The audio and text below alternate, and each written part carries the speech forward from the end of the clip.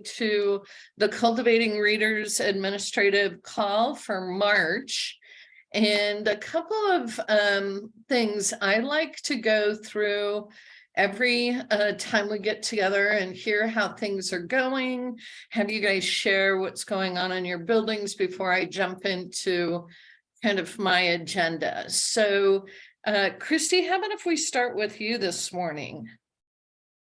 Absolutely. I think we're doing pretty good, actually. We just talked to our coach that comes in from the SMARTS program about getting a literacy kick it off for summer event scheduled so we can do summer packets. That was really exciting for our staff to kind of think about how to make that happen this summer and keep the learning loss down. We are doing pretty well in our modules.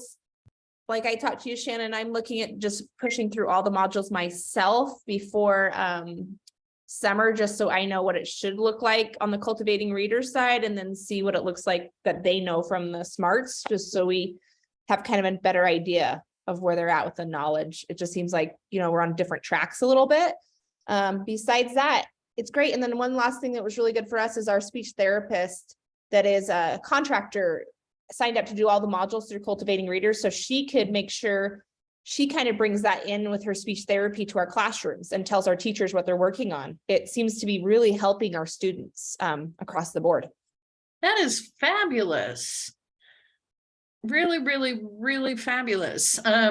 You will find, based on working with Elena, that what we do in the modules is what you guys kind of pull out over 2 years. So it's really more condensed, similar content, just way more condensed than what you guys do in SMART. So Jeannie, how are things going over in Ammont? Well, that's where it's being sent, so you should be able just to.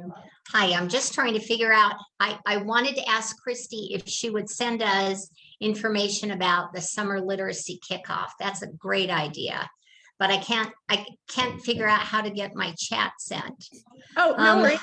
Let me, if you want to I can give you my email in the chat real quick, and then you can send me an email. Yeah, I will. I'm just starting to get it all together with her. She gave me some great ideas, and we're going to get like a whole night set up. Good. That way we really feel like the packets will help. What we also found is the gal that came and said how much it would alleviate for the teachers, because you build the packets that night with the parents too. So it really helps. It kind of helps the parents understand what the value of it, get an introduction to what we're doing in the SMARTS and Cultivating Readers, as well as bring our families together for one last kickoff before the summer. So okay, well, that's awesome. To do it. So okay, all right. Well, I feel like February for us has just been it started with, we had super cold, just extreme cold days. Wind chill of -45 and 55, and then we've had a snow day, and then we've had days that we probably would have had snow days, but we're out of snow days, and so half the kids don't come, or they're late, or I just feel like we've been running on 3 wheels all month, and we're ready for spring and to get back on track. Yeah, it's just been a hot mess. Well, thanks for sharing, Jeannie. Hey, Christy, I was wondering, would you be willing maybe to share with this whole group at our April meeting what you're doing with your summer kickoff, so everybody benefits from absolutely planning? Yeah, I should have it ready there. We're just starting to do it, but I feel like I'll have that together. I'd be happy to share with you guys in April kind of what our literacy kickoff is like. And I will say that's been pretty valuable for us, is to have someone to feed off of this year to really get us rolling. I think that's the difference. I know we don't bring coaches in, Shannon, until year 2 with Cultivating Readers. I will say for us, that's probably the one thing I said has really made a drastic difference, is we're a small charter school with very little help. Just having one more person to come in has been amazing. She's even came in and ran like diagnostics tests on my tier 2 kids, just because I'm understaffed, right? She's like, let me come in for a half a day and help you. And that's been a world of support for me. Just having that extra person who can really teach us how to do it. And we're working with the new administration to better align and potentially have access to the coaches in the Cultivating Readers for all of our buildings in years 1, 2. So they're new, we're getting to know them. Things are still being discussed.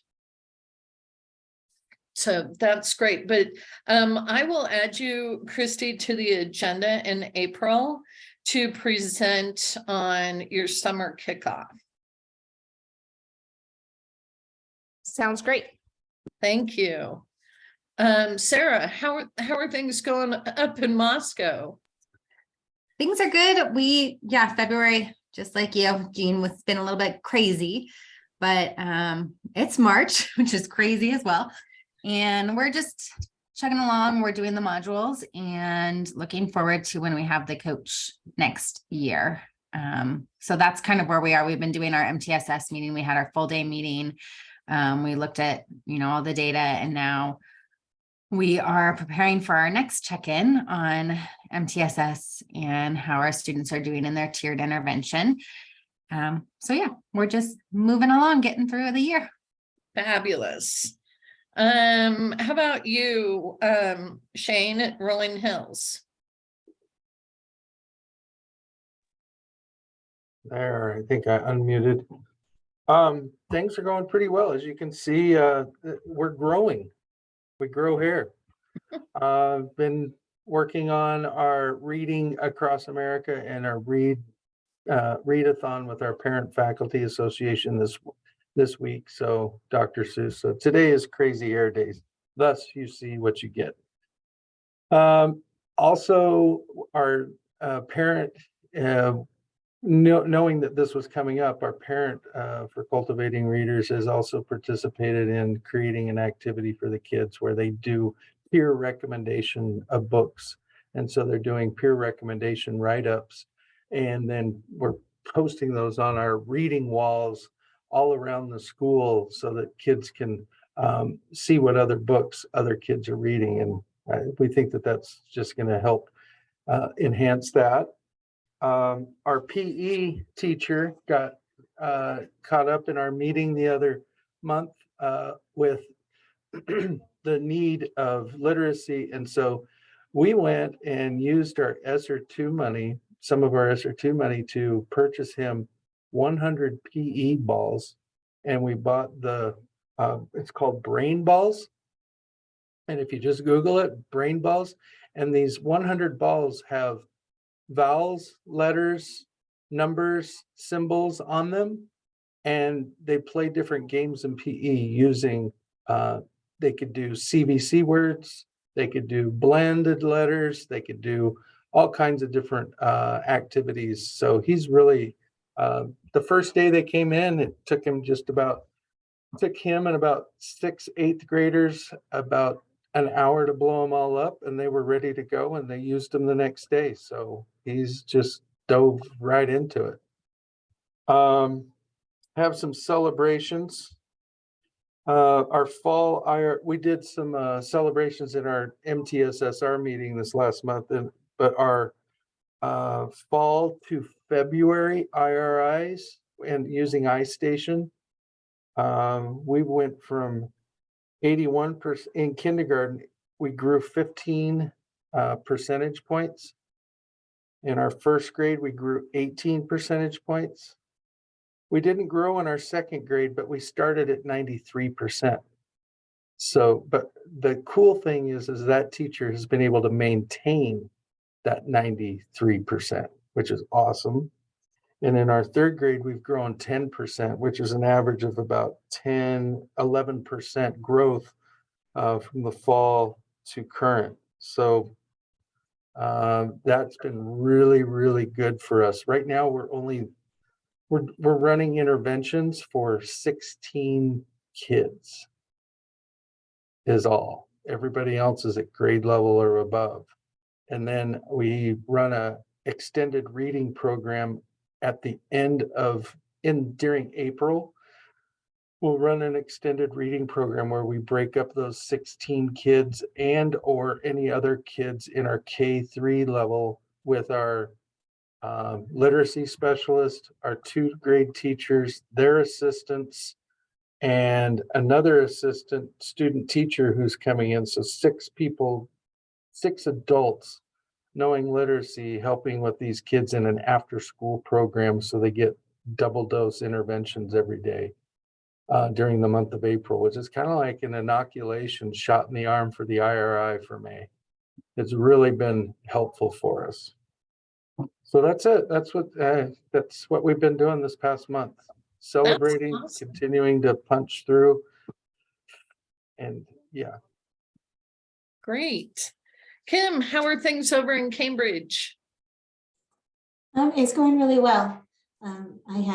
Last time I had missed the meeting because we had the State Department consultant come in to do some trauma-informed observations, and then we have that PD coming up this Friday. So we have all of our staff, both certified and classified, coming in for that. For classified, it was not obviously a contracted day, but they all chose to come in, and the district's paying them to do so. So we're excited about getting some support for some of our students who struggle. They struggle academically because life is hard, and just trying to figure out the perception that staff can use to help support these kids more effectively. So that's a big, huge deal for us. Data-wise, we're still just doing our MTSSR meetings and trying to make those adjustments, kind of in that final push as well. January, February is kind of challenging. I don't know how it is for everyone else, but we have an awful lot of students and teachers and staff who are sick, and just kind of trying to recover and stay healthy and stay, excited about serving students is important. Those are the things that we're doing. Fabulous. So Shelby is able to meet with you on Friday. That will be awesome. Yes, 2:30 on Friday. Fabulous. Let me know if you need any support on that. Okay, thank you so much. Awesome. All right, Richard, how are things in Caldwell? It almost seems like a loaded question at this point. We've been experiencing some challenges in Caldwell, but I think really maintaining focus on what we do well at Caldwell is really important. And so this been the conversation with all of my leadership teams. In terms of like MTSSR team and those type of things, we did a good deep dive into our data from iStation in January and coming into February to really think about where our kids are at and where our kids are moving. And we had great movement in our lower tiers. A struggle or a obstacle or just something we noticed was like our tier 1 kids, they're not growing as much, or they're not growing within their tier. They're kind of staying stagnant, which is a good thing in some respects, but also we still want to continue to push all of our kids to grow. And we noticed trends of, I'm sure we all see this too, as our kindergarten kids are leading the way in terms of growth, moving more tiers, moving from tier 3 to tier 2 and tier 1. And then our 3rd graders and even our 4th and 5th graders, there's not as much tier movement within those grade levels. So we have some questions before the team of how to kind of figure out and, how to help support our kids in that process. And so it was a good conversation we had around that specific data. But other than that, it's really just focusing on what we do well, and hopefully that our roof doesn't leak with the snow we just got. And I just got a call that it is. So yay. I am sorry to hear that. It is March. I'm ready for the snow to be done. Yes. But that's my own personal preference as of today being March. One of the things that might be helpful, Richard, is if you would like me to attend your next leadership MTSSR meeting, I am more than happy to do that and help brainstorm with your team, especially in those upper grades, on how to provide additional opportunities to practice skills that they may be needing that extra exposure to. So if that would be helpful, let me know, send me an email, tell me the time and date, and I'll do what I can to, Kim had reached out. Do you mind me sharing, Kim? Okay, Kim had reached out and said, we just need some clarification with our team. We have some questions on where we're going and how to get there. And I am open. I am here to support your work. And what came out of that is hooking her up with one of our contractors to do some short PD for their staff. So I really don't know how to support you unless you're communicating or reaching out and saying, can we problem solve X? And then I can go back to the resources that we have and share out with you. Okay. Yeah, thank you. I'll reach out to you for sure. Okay. One of the things, okay, my life is always about being flexible. And we do in year 2 in-district visits. And I had sent out a calendar of events to all of you to say, do these dates work? Well, for the second year in a row, our contractors made it to certain parts of the state and there was a week of snow days. And so we're going to adjust our March dates. So I'm going to share my screen.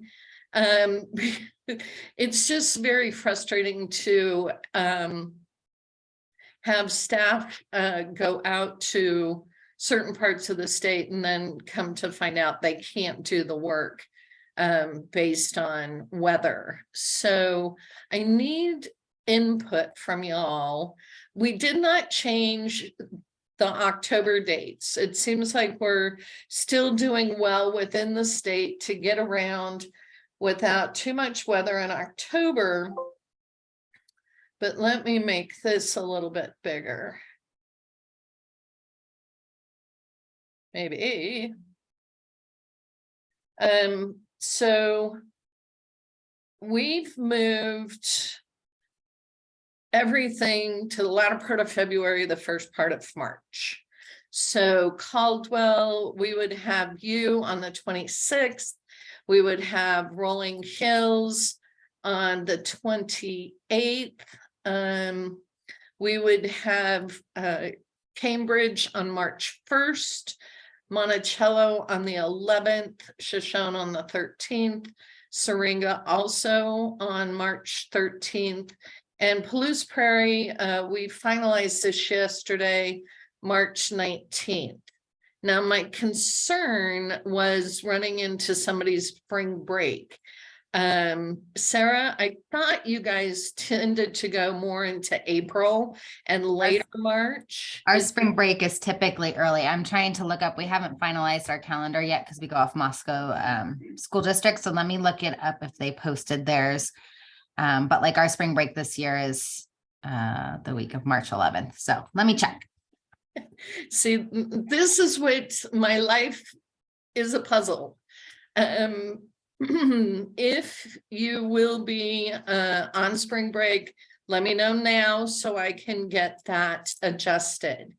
The other thing that we added to the calendar, and I sent this out to y'all yesterday, and we will be finalizing this, is we're going to add a 30-minute coaching session to the collaborative calls that are once a month with the instructional staff that Lexi and Shelby do. They would like to take 30 minutes after the 1-hour instructional call just to meet with the coaches to provide them with some one-on-one coaching support in relationships, utilization of data, a third point of a conversation. So just be thinking when you're looking at your staff commitment next year, that with the collaboration calls, we're going to ask the coaches to stay on for an additional 30 minutes. Noting that the collaboration calls are not in October, they're not in December, and they are not in February, because we are in your districts in October and February. And December, we do we have a recorded session, but we do coaching training that month. So I sent this out again. If you would please review it, let me know if I need to make any adjustments. We went over this pretty thoroughly a couple of months ago, so I'm not going to spend a ton of time, but I did want to let you know that due to weather, we've moved things to March. Yeah, I just typed in there. It has to be the 19th for us and not the 15th. No, we moved it after consulting with Lexi and Shelby. The 19th worked best for them. So that works for you. Perfect. Yep. That'll be our first day back or second day back. Yeah. And we're in on the 13th. We leave on the 18th for 2 weeks. We have a 2-week spring break. So yeah. But you will be in on the 13th? Yeah, we're in on the 13th. Fabulous. Yeah. Oh, all the sun and the moon were aligning for me yesterday when I was restructuring this. But I will tell you, just coming from where we're at, you will most likely still hit weather in March for us. Like March is still pretty on a typical year, we still have bad roads in March. We don't clear up until after spring break typically, just as a heads up. And we know that, but we felt that we might have a better chance of good weather in March than we did in early February. That would be true, yes. So, and just so you know, when they had snow days in Eastern Idaho, when Lexi and Shelby were out there to be with the districts, what they have done is they've set up virtual trainings with specific teachers around specific content. So it's not like the districts missed out entirely. We do what we can to schedule in potentially a virtual format. With that being said, we're hoping by shifting to later February, early mid-March, we won't have as many cancellations as we have over the last 2 years. So with that. So Shannon, Yes. when they come and do that in-district visit, are students in the building? Because I know. So what we do is we work really hard to do, it's not for us, it's for you. It's whatever you want us to do when we're there. In the first couple of visits, they more often than not are demonstrating instruction to show what a 30-minute small group instruction would look like. We've done whole building training. So sometimes it's worked out that it's been a teacher in service day and they've chosen to do whole building in service. Other times, students are in and they've been asked to either observe a teacher and then get feedback or demonstrate instruction and then have a debrief on how is this similar or different than what you're doing. Okay. And that's fine. I just know that March 1st, when I looked at the calendar, is on a Friday, and our students only come Monday through Thursday. So if it's okay with your consultants that the students won't be in the building, it still will work fine. But I guess for you, Kim, the other question would be, would you prefer us to be there with students to demonstrate instruction with students? Because now is the time to tell me if I need to shuffle things around.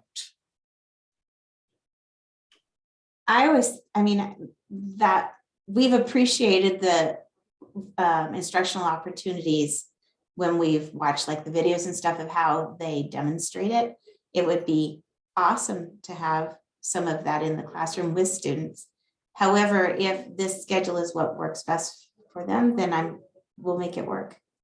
No, I'm gonna make a note, March 1st, Cambridge, no students. And I will go back to readjusting and see what I can come up with. Okay. And maybe before you do much work, I should touch base with my staff and see what their desire is as well. So I'll just send out an email today and say, we have an opportunity where it's just staff, or we can reschedule to make sure we have students in the building so they can demonstrate some of the things that we've been learning about. What do you guys prefer? Perfect. Okay, thank you. Yes, now I'm really trying to get all of this done and to finalize in April, early May, so everybody knows what to expect. But I can be flexible if you need me to go back and readjust. And Kim, I can tell you from being with a smart coach this year, my staff has got so much from someone actually showing them hands-on with one of the kids they don't know how to work with. In my personal experience, I can see the value of a PD for us at this point because we've already had a coach for a year, but I can tell you, like, that was the most valuable tool, is like some of the kids that were really struggling, they came and showed them a hands-on approach of how to help differently with those kids. I appreciate that feedback because I know that staff might prefer to hear, but I think seeing is really important. So I appreciate that. What we've done in some buildings is they've demonstrated. Now, you're a smaller district, but it's similar. We would demonstrate a kindergarten 30-minute small group instruction and then go to first grade and do a first grade and a second grade and a third grade and just progress. So every grade level was able to see what a small intervention group hitting all of those components on the progression tree would look like. In some districts, specifically in North Idaho district, one year, they had some students who were receiving special education services and asked that they demonstrate what a reading intervention would look like for a small group of fifth graders. And that was very beneficial for them. What we want to focus on is aligning instruction across the tiers and filling in any gaps in either training or through observation or demonstration, how to hit the needs of all your students. Anything else on in-district visits? Again, it's not about us, it's what you guys want within the project. Because people are always, what do you want to see? It's like, what do you want to learn? Because it's not about us. Back to the agenda. I just need you guys to tell me, have most of you with your teachers met the dyslexia training piece for this year that has to be completed? So Richard is complete. Syringa's complete. Okay. Police Prairie is complete as well. In Cambridge, I have one teacher, our fifth grade teacher, who has not taken it yet, but I think he's signed up for something. Perfect. What about Monticello? Where are you guys at, Jeannie? We have one teacher who still needs to complete. Okay. The reason I'm asking the question is the special ed director for the state of Idaho, who is my supervisor, wants to open up the training to other districts, but our cohort of districts gets it first. And so I need to make sure that everybody who is within the Cultivating Readers that wants the training has signed up for the training. So before I open it up. So Jeannie, with that being said, did I understand that you had one teacher that has registered? No, just one that still needs to complete it. Everyone else is done. So do you want that teacher? I'm in your agenda. There is a registration for a 2-hour April 3rd and 5th or a 4-hour on April 8th. Would you encourage that person to please register as soon as possible so Yes, we can open this up to other districts? yes, I will. And similar in Cambridge, Kim, has your teacher already registered? I believe he has, however, I'm just typing out an email right now to make sure. Okay. Again, wanting to make sure I meet everybody's needs in this cohort before we open it up to other individuals. And Richard had to step away. So hopefully he'll come back and I'll get to check with him before this is over. The other thing we wanted to talk about is Kaylee sent out a mid-year survey that asked a lot of questions and we got a lot of good information. And one of the things that came up was sometimes our parents weren't quite sure what it looked like for them moving into year 2 of the project. Parents are asked to participate the first year on their own, go to the training, meet with the coaches, or meet with the iPool, Idaho Parents Unlimited, on a monthly call. And in the spring now, identify another parent to partner with them next year. This second parent would be mentored by the first parent over the course of next year. And then that first parent drops off in year 3. And the parent that joined in year 2 would recruit a parent to be with them in year 3. So we're asking parents to be a 2-year commitment. So all of that is coming down to putting it in your mind to meet with your parent who's on your MTSSR team to start identifying next year's parent to continue with them. So you would have 2 parents participating on your leadership team going into year 2 of the project. Are there any questions on that? What if our parent was not very engaged this year? I'm just not sure mine is trained to even train a new person. We struggled with a parent. She was involved, but she couldn't make a lot of the meetings. And we're a small school and no one else really wanted to step up. So do I just keep her and have her really trained year 2? I think she would be involved. She just had some stuff come up personally, and she was the only one interested in being our parent. We would encourage you to keep that parent, identify a second parent. I'm going to go back to the calendar. New parents that are joining the collaborative, we're going to, sorry, got to get to the parent section. We're going to bring those new parents to Boise on August 2nd to do the Serving on Groups training. And if your parent didn't attend the first year, we would ask them to come to this one as well. But the goal is to build parent capacity to serve on building leadership teams.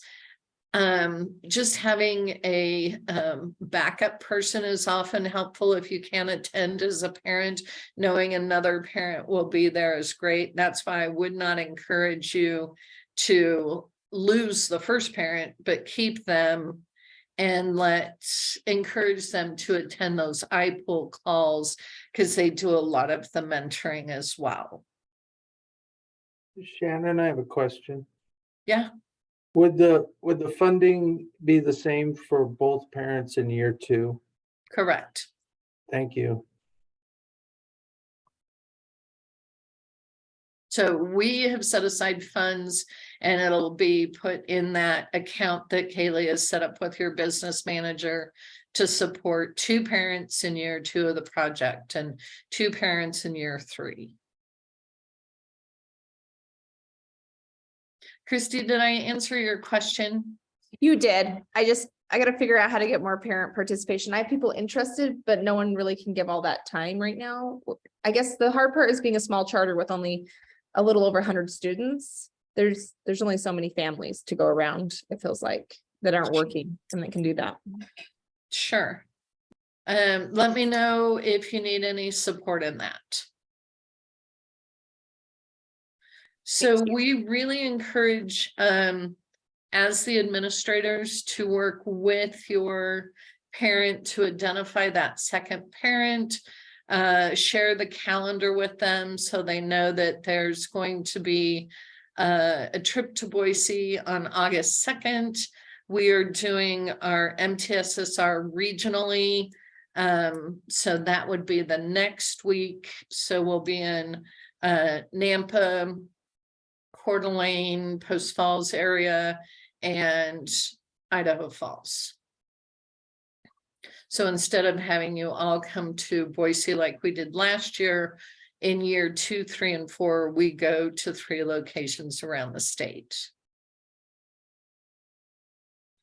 The next thing is meeting with Carol Disson with the National Center on Improving Literacy, and Lexi and Shelby and Kaylee and I, we have decided to do the Spring Institute in 2 separate registration links. The first one will be very much for your district MTSSR team, where Carol will walk you through some activities around systems building.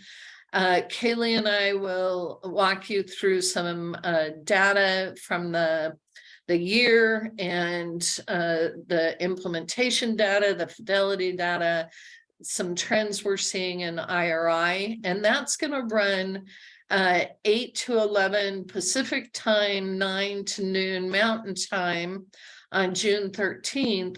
And then we encourage all of your instructional staff to attend from 12 to 3 or 1 to 4 Mountain time, where Lexi and Shelby are going to take all the data from the IRI and find where across the project we might be low.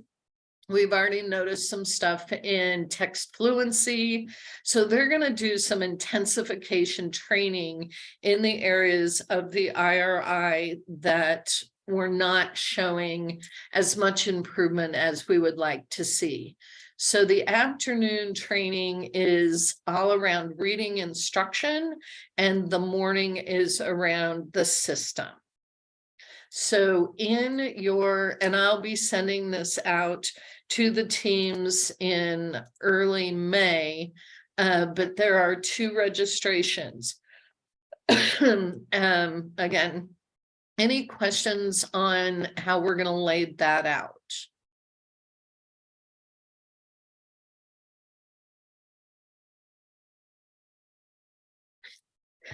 Thanks, Shane. I do well with some feedback. As soon as your staff register or you register, it will send you confirmation information in the Zoom link.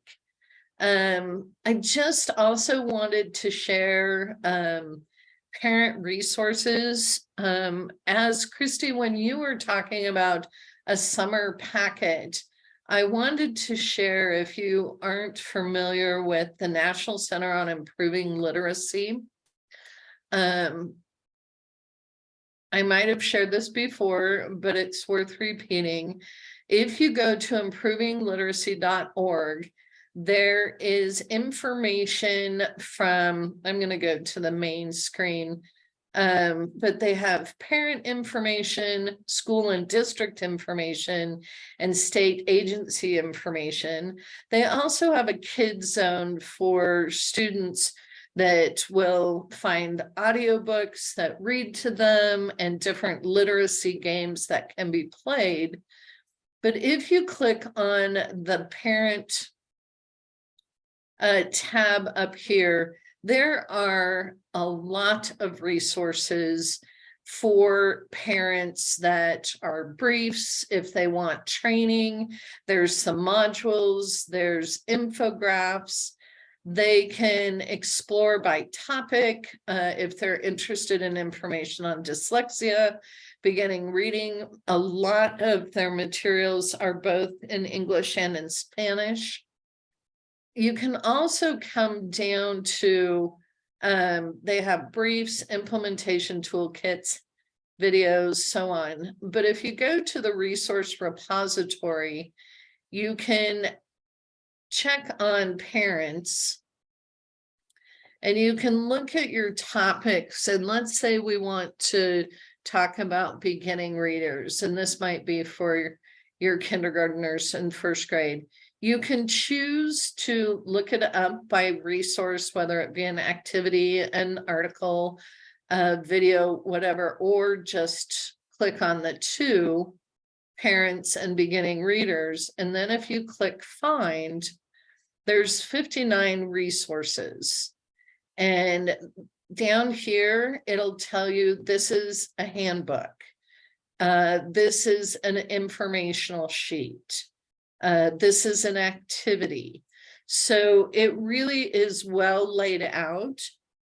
Idaho utilizes this frequently because we don't have the capacity to vet everything for quality, and they do. They have federal money and experts that nothing that is put up here is by happenstance. It has to go through fairly rigorous committees to get things accomplished. One of the things that I'm super proud about, I hope it'll take me where I want to go. We created some videos with Idaho Public Television that are posted on the National Center for Improving Literacy under videos. Here we go. Shannon, Yes. can I ask, are these some of the videos that they produced with the teachers at the beginning of the pandemic? When we were doing, where PBS was actually a vehicle for being able to televise some of the reading lessons? Just wondering. That is not. This was specific to some grant money that we got to work with public television to do some parent resources. Okay. And so this is called Let's, these are found under supporting students with reading needs videos that were created by Idaho. There are 9 of them. And they are ways that parents can work with children. They're very parent friendly, but like this one is 3 reasons to use picture books. And it is a 2.5. Can you guys hear that? No. Okay, No. Hold on. I'm going to stop sharing. And I'm going to share again and share my sound.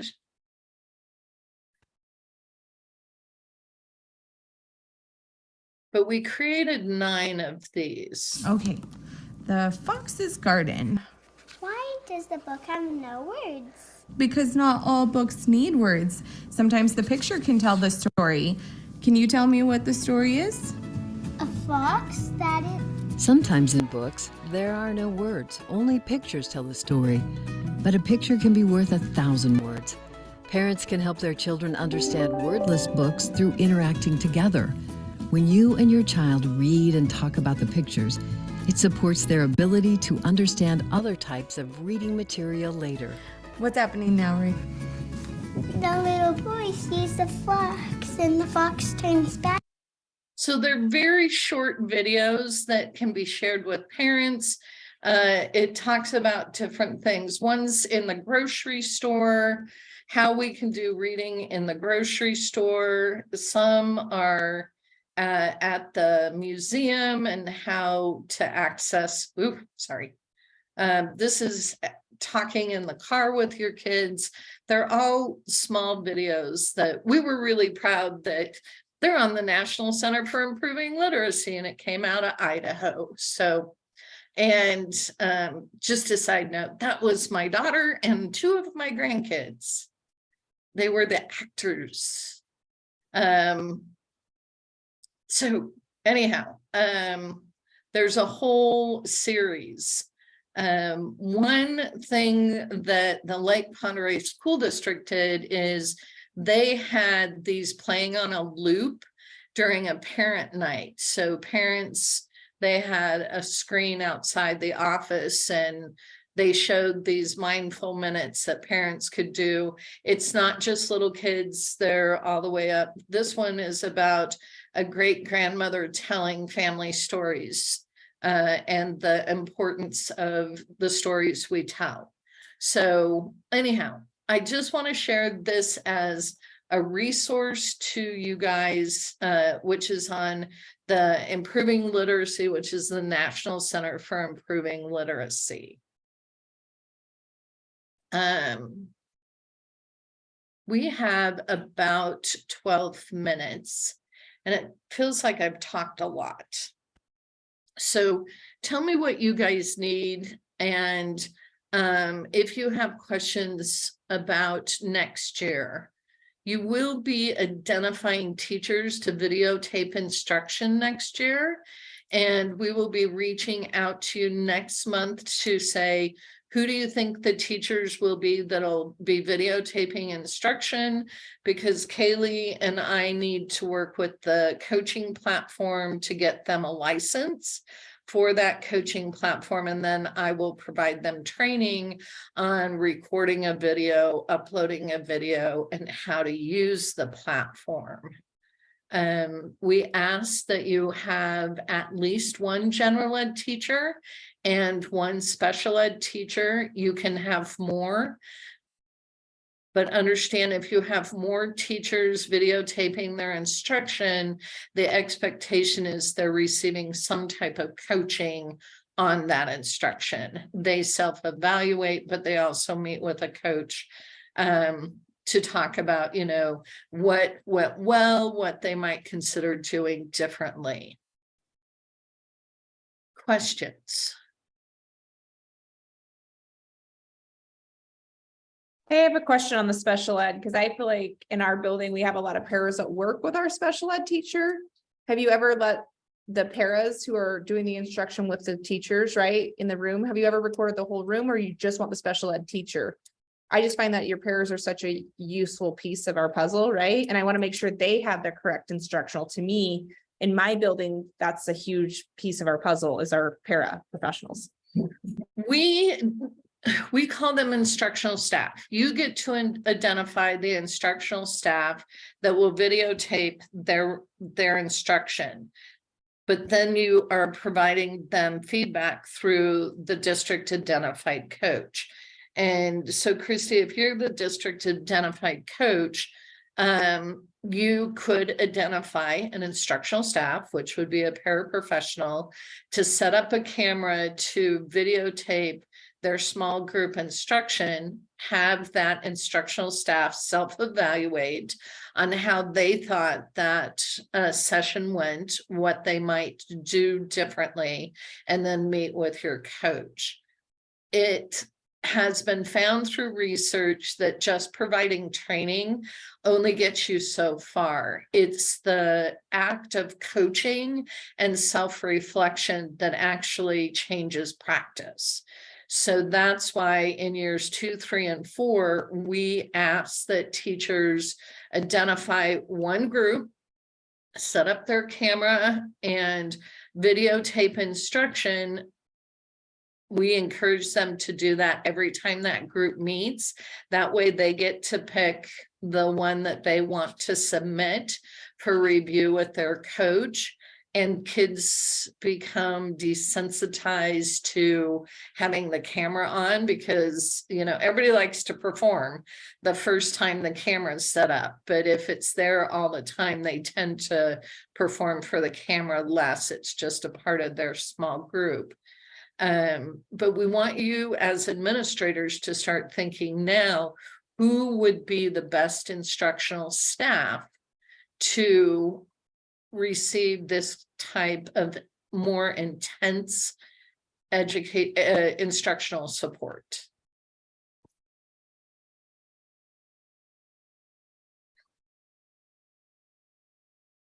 Again, I say a lot of words.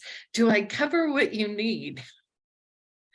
Verbal processor. I think your question's interesting when you say more instructional intensity for certain teachers and others for not. I don't know if that's the way I would approach it, but we're currently, with having so many of my teachers doing SMART and cultivating readers, the intensity level is already pretty high. So I think some of the crickets you're hearing is we're trying to protect ourselves and teachers from burnout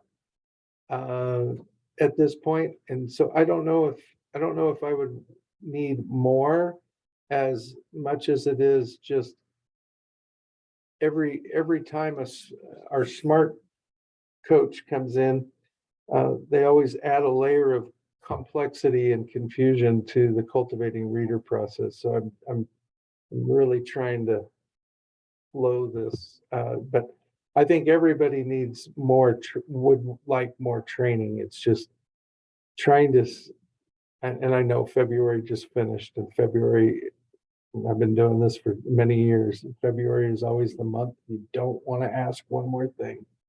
Well, and I'm not Just is. asking you to ask. When we start next year, you will identify a general ed teacher and a special ed teacher that will, or instructional staff, Or instructional staff. will videotape instruction as part of the project and receive the in-district coaching. Okay, this is just for the videotaping. I thought we were all doing it. So I'm sorry. You I was may just- choose to have everybody do it, but we have found that that's not always been effective Okay, unless it's already part of the culture. We have one school that teachers videotape instructions every week, and that's just part of their district practice. They videotape instruction, they self-evaluate, and then they meet with, and again, districts of different size have different resources and supports. We're trying to implement best practice and evidence-based practice, which says we can't just provide you guys training like what we did the first year of the project.